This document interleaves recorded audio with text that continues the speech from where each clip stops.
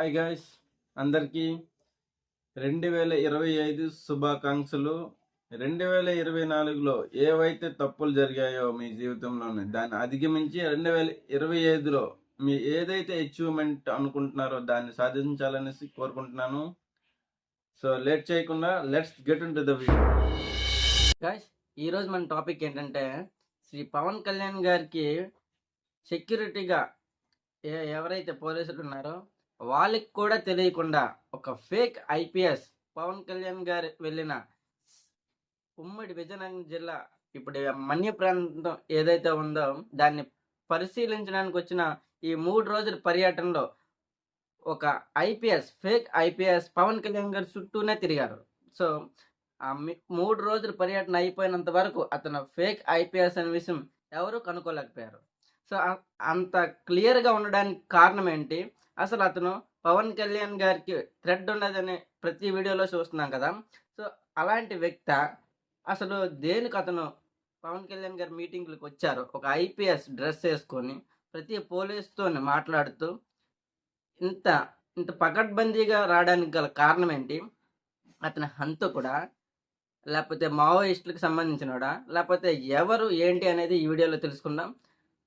అసలు నిజానికి పవన్ కళ్యాణ్ గారు వెళ్ళిన ప్రాంతాల్లో ఒక రోడ్డుకి శంకుస్థాపన జరిగింది. అండ్ అలాగే అక్కడ ఆ మన్యం ప్రజలతోనే ఆ అడవి ప్రజలతో మాట్లాడుతూ ఆ సాంప్రదాయాల్లో కూడా పాల్గొన్నారు. మనం అన్నీ చూసాం. అన్నీ కూడా సూపర్ సక్సెస్గా జరిగాయి. సో అక్కడి నుంచి కడప జిల్లాలోనే కిమ్స్ హాస్పిటల్లోనే జవహర్ బాబు హాస్పిటల్ పాలయ్యి అక్కడ చికిత్స పొందుతుంటే అతన్ని పరామర్శించడానికి వెళ్ళారు. సో అప్పుడు తెలిసింది పవన్ కళ్యాణ్ గారికి అతను నిజమైన ఐపీఎస్ కాదని, ఫేక్ ఐపీఎస్ అనేసి అక్కడ మనకి పవన్ కళ్యాణ్ గారు అడ్రస్ చేయడం జరిగింది. అప్పటి నుంచి సో అతన్ని అరెస్ట్ చేయడం అండ్ అలాగే జైలుకి పంపించడం.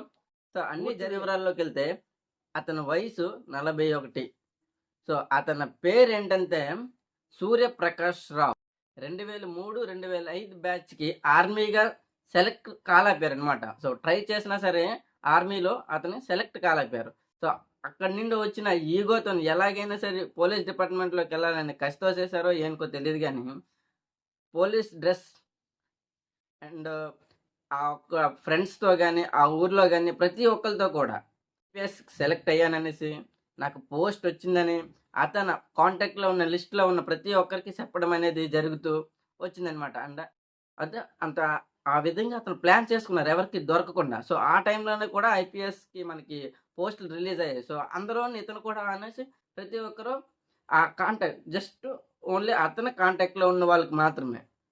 సో అలా క్రియేట్ చేసుకుని అతను ఏం చేశారంటే అక్కడున్న స్కూళ్ళకి అండ్ టెంపుల్స్కి ప్రతిసారి వెళ్ళేటప్పుడు సో నేను వస్తున్నాననేసి ముందుగా పేపర్లో కూడా ఇచ్చుకోవడం, అతను ఫోటోతో సహా. సో లోకల్ పేపర్స్ ఉంటాయి కదా, ఆ లోకల్ ఫోటో ఆ పేపర్స్లో అతను ఫోటో పెట్టుకొని ఐపీఎస్ వస్తున్నారు అని చెప్పడం.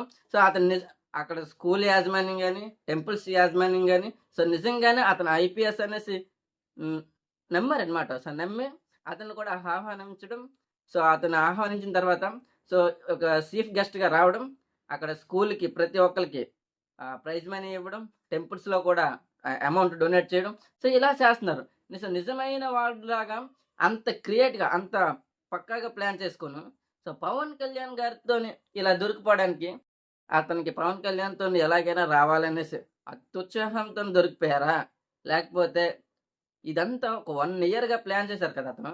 సో ఎవరైనా ప్లాన్ చేసి మరి ఈ పవన్ కళ్యాణ్ గారిని హత్య చేయించాలనుకున్నారా అనేది మాత్రం ఇంకా తెలియలేదు. సో విచారణ జరుగుతుంది.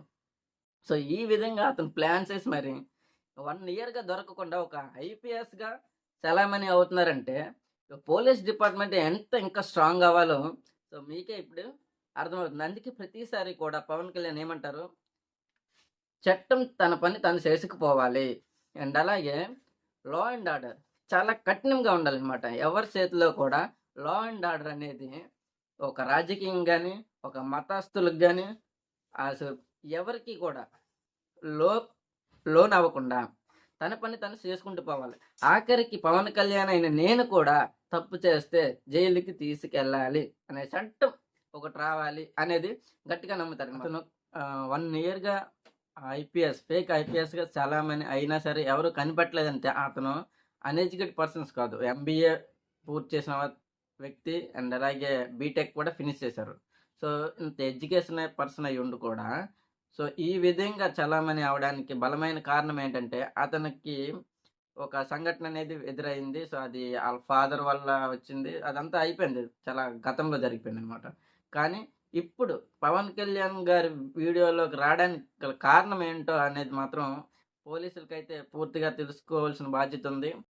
ఈరోజు పవన్ కళ్యాణ్ గారు ప్రెస్ మీట్ పెడుతూ సో అల్లు అర్జున్ గారి విషయం ఏదైతే ఉందో 'సంధ్య థియేటర్' ఒక తల్లి అక్కడికక్కడే స్పాట్‌లో మరణించడం, బిడ్డ హాస్పిటలైజ్ పాలవ్వడం.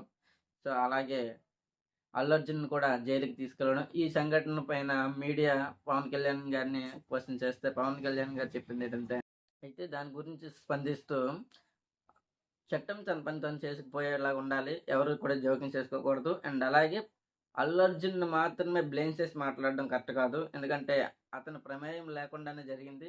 సో అక్కడున్న పర్సన్‌లోని ఒక మేజర్‌గా ఎవరైతే ఉన్నారో రెస్పాన్సిబిలిటీ తీసుకోవాల్సిన పర్సన్‌గా ఉన్న వ్యక్తి మాత్రం అల్లు అర్జున్ కాబట్టి సో అల్లు అర్జున్‌ని సమర్థించడం కరెక్ట్ కాదు. అలాగనేసి అతను ఒక్కడినే బ్లేమ్ చేయడం కూడా కరెక్ట్ కాదనేసి పవన్ కళ్యాణ్ వివరణ ఇవ్వడం అయితే జరిగింది. సో ఆ విధంగా అన్నమాట. సో దీన్నైతే కాంట్రోవర్షియల్ చేయొద్దు. జరిగింది ఏదైనా సరే చట్టపరంగా జరగాలనేసి పవన్ కళ్యాణ్ గారి ఉద్దేశం. ఓకే. అండ్ అలాగే ఇప్పటి వరకు ఒక జన సైనికుడిగా ప్రతి మీటింగ్‌లో పాల్గొంటున్నాను. సో 6 నెలల్లో పవన్ కళ్యాణ్ గారు చేసిన కొన్ని పనులు టక టక చెప్తాను. సో ఒకసారి చూడండి. సో తాగునీటి కోసం అమృత్ ధార అనే ప్రాజెక్ట్‌ని ప్రారంభించడం జరిగింది. అండ్ అలాగే మన్యం ప్రాంతాల్లో రోడ్డు నిర్మాణం కోసం ప్రసారంలోను ఒక వ్యక్తి తన దగ్గరికొచ్చి ఇలాగ మా ఊరికి వెహికల్స్ కూడా రావట్లేదు, అంబులెన్స్ రావడానికి కూడా ఒక వెహికల్ లేదు అనేసి చెప్తే దాన్ని ఇప్పుడు అతను గుర్తుపెట్టుకొని ఆ ఊరెళ్ళి పరిశీలించి ఆ రోడ్డుకి శంకుస్థాపన చేశారు. ఆ రోడ్డు కూడా నిర్మించారనమాట. అండ్ అలాగే టూరిజం కోసం ఐపీఎస్ అండ్ అలాగే ఆ డిపార్ట్మెంట్ ఉన్న ప్రతి ఒక్కరితోనూ కూడా మీటింగ్ పెట్టి టూరిజాన్ని డెవలప్ చేయాలి. తద్వారా ఉద్యోగాలు వస్తాయి. అండ్ అలాగే టూరిజం డెవలప్మెంట్ అయితే ఉద్యోగాలతో పాటు గవర్నమెంట్‌కి కూడా చాలా ఇన్కమ్ వస్తుందనేసి ఒక మంచి ప్లాన్ అయితే చేస్తున్నారు. అండ్ అలాగే ఒక ఇంటర్నేషనల్ ప్రాజెక్ట్ రైల్వే ప్రాజెక్ట్‌ని ఆంధ్రప్రదేశ్‌కి కనెక్ట్ చేస్తూ రాజధానికి ఒక రైల్వే ప్రాజెక్ట్ తీసుకురావడంలోనే పవన్ కళ్యాణ్ గారి పాత్ర ప్రధానంగా ఉన్నదనేసి సో మనం గుర్తించాలి. రోడ్డు నిర్మాణం వల్లే జరిగినవే మళ్ళీ అసలు సరిగ్గా జరిగాయా లేవా ప్రతిదీ దాన్ని కూడా పరిశీలిస్తున్నారనమాట. మనం ప్రతి వీడియోలో చూస్తున్నాం. అండ్ అలాగే ఫస్ట్ ఈ కూటమి ప్రభుత్వం వచ్చిన తర్వాత ఫస్ట్ ఎదుర్కొనేది పెన్షన్లు ఎలాగిస్తారనేసి. ఎందుకంటే వాలంటీర్లను తీసేశారు కాబట్టి సో పంచాయతీలో ఉన్న గవర్నమెంట్ ఆఫీసర్ల ద్వారా ఒక్క రోజులో డోర్ డెలివరీ పెన్షన్లు చేయగలరా లేరనేసి ప్రతి ఒక్కరు అనుకున్నారు. అండ్ అలాగే పెన్షన్లు ₹1000 డైరెక్ట్గా పెంచడం ఇదంతా సాధ్యమేనా అనుకుంటే వెరీ క్లియర్‌గా ఫస్ట్ మంత్‌లోనే 100% సక్సెస్‌తోని ప్రతి ఒక్కరికి డోర్ డెలివరీ ఇస్తూ ₹1000 పెంచడం జరిగింది. సో దానికి పవన్ కళ్యాణ్ గారికి సెల్యూట్ చేయాలి. బాగా పాపులర్ అయిన వీడియో ఒకటి సో ట్రెండింగ్‌లోకి వెళ్ళిన వీడియో కూడా సీజ్ ద షిప్ అంటూ ఆ యొక్క షిప్‌ని ఏదైతే సీజ్ చేశారో ఆ వీడియో అయితే నంబర్ 1గా ట్రోల్ అయిందనమాట. ట్రెండింగ్‌లో కూడా వెళ్ళింది. సో అలాంటి విషయమే అది అక్కడ దంపుడు బియ్యాన్ని అనమాట తరలిస్తున్నారు. దాని ద్వారా కొన్ని లక్షల కోట్లు అనమాట ప్రభుత్వం నష్టపోతుంది. సో దీన్ని కూడా పవన్ కళ్యాణ్ గారి ఆ యొక్క డిపార్ట్మెంట్ కాకపోయినా సో నాదెండ్ల మనోహర్ గారిది ఆ డిపార్ట్మెంటే. సో నాదెండ్ల మనోహర్ వల్ల అవ్వట్లేదు కాబట్టి పవన్ కళ్యాణ్ గారికి చెప్పి పవన్ కళ్యాణ్ గారు కూడా అవ్వట్లేదు అనమాట. అయినా సరే ఇది అందరికీ తెలియాలి అనేసి పవన్ కళ్యాణ్ గారు స్వయంగా ఇంకొక బోట్‌లో వెళ్ళి తన వల్లే జరిగింది, తను చూపిస్తున్నారు, నేను కూడా ఇక్కడున్నాను అని అనిపించుకోవడానికి సెల్ఫీ వీడియో కూడా తీశారనమాట. ఎందుకంటే ప్రూఫ్స్ 100% ఉంటే ఎవరు క్వెషన్ చేయరు కాబట్టి సో ఆ విధంగా పవన్ కళ్యాణ్ గారు జాగ్రత్త పడుతూ ఆ షిప్‌నైతే సీజ్ చేయడం జరిగింది. సో ఇలాంటి విషయాలు చేస్తూ ప్రతి పాలన కూడా ప్రతి ఒక్కరికి తెలుస్తూ పాలన ఎలా జరుగుతుంది, ఏ విధంగా జరుగుతుంది ప్రతి ఒక్కరికి చెప్తూ చేయడం అనేది. సో అతను ప్రసారంలో కూడా చెప్పారు, ప్రతి పాలన ఎలాగుంటుంది ప్రతి ఒక్కరికి తెలిసేలా చేయిస్తాను అనేసి అన్నారు. ఆ మాట నిలబెట్టుకుంటున్నారు. సో అందుకని సో పవన్ కళ్యాణ్ గారికి మేము ఎప్పుడు కూడా అతనికి ఫ్యాన్గానే ఉంటాము, అతని వైపే ఉంటాం, దాని వెనకాతలు ఉంటాం అనమాట. పవన్ కళ్యాణ్ గారు చేస్తే ఏదైనా సరే మాట ఇచ్చారంటే చేసి తీరుతారనమాట.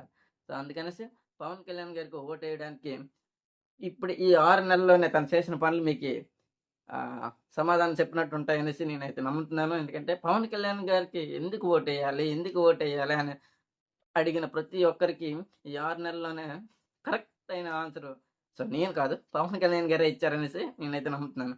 Okay, and once again happy new year. So కొత్త సంవత్సరాన్ని కొత్తగా ప్రారంభించి మీ గోల్స్ ఏవైతే ఉన్నాయో వాటిని హెచ్చు చేయాలని కోరుకుంటూ జై హింద్.